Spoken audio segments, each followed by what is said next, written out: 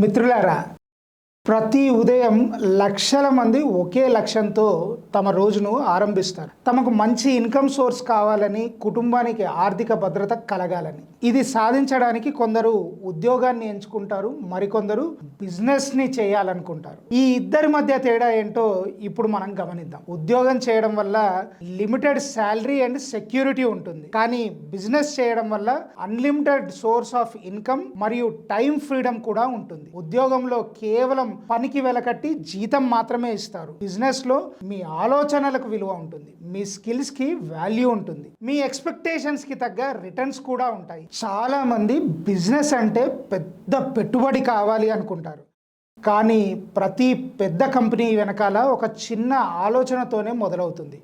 ఒక సమస్యను గుర్తించడం, దానికి పరిష్కారాన్ని అందివ్వడం, ఇదే అసలైన బిజినెస్.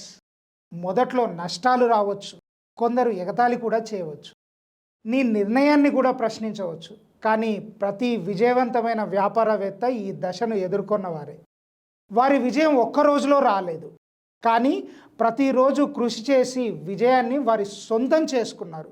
బిజినెస్లో డబ్బు కంటే ముఖ్యమైనది నమ్మకం.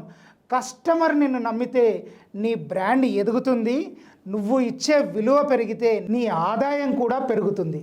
అందుకే ముందుగా డబ్బు గురించి కాదు, నీ బిజినెస్కి నువ్వు ఏం వాల్యూ యాడ్ చేస్తున్నావు అనే దాని గురించి ఆలోచించు. ఈరోజు నీ దగ్గర పెద్ద పెట్టుబడి లేకపోవచ్చు, కానీ ఒక మంచి ఆలోచన, నేర్చుకునే తపన, కష్టపడి పనిచేసే మనసు ఉంటే చాలు. అవే నీ అసలు పెట్టుబడి.